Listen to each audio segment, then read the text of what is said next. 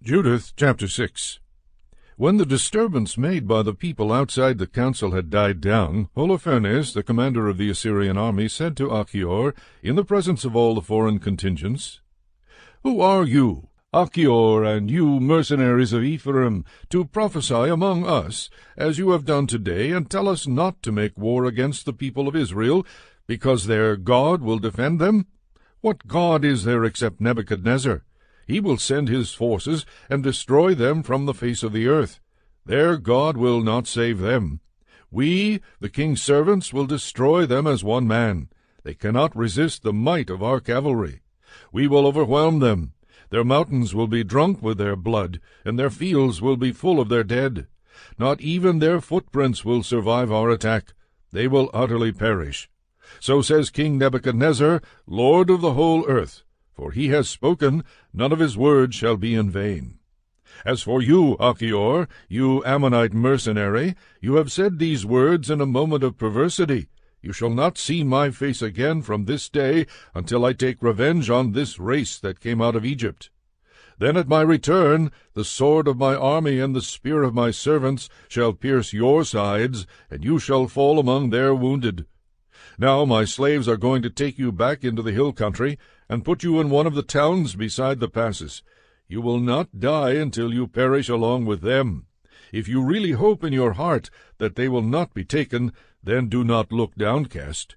I have spoken, and none of my words shall fail to come true."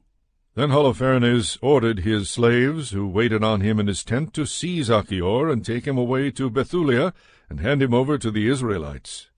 So the slaves took him and led him out of the camp into the plain, and from the plain they went up into the hill country, and came to the springs below Bethulia.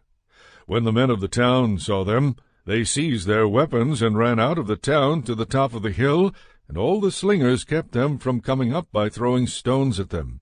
So having taken shelter below the hill, they bound Achior and left him lying at the foot of the hill, and returned to their master.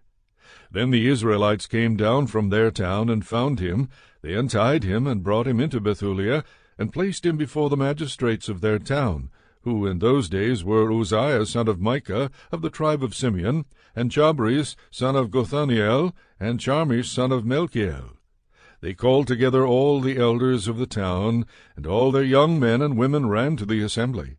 They set Achior in the midst of all their people, and Uzziah questioned him about what had happened. He answered and told them what had taken place at the council of Holofernes, and all that he had said in the presence of the Assyrian leaders, and all that Holofernes had boasted he would do against the house of Israel. Then the people fell down and worshipped God, and cried out, "O Lord God of heaven, see their arrogance, and have pity on our people in their humiliation, and look kindly today on the faces of those who are consecrated to you." Then they reassured Achior, and praised him highly. Uzziah took him from the assembly to his own house, and gave a banquet for the elders, and all that night they called on the God of Israel for help.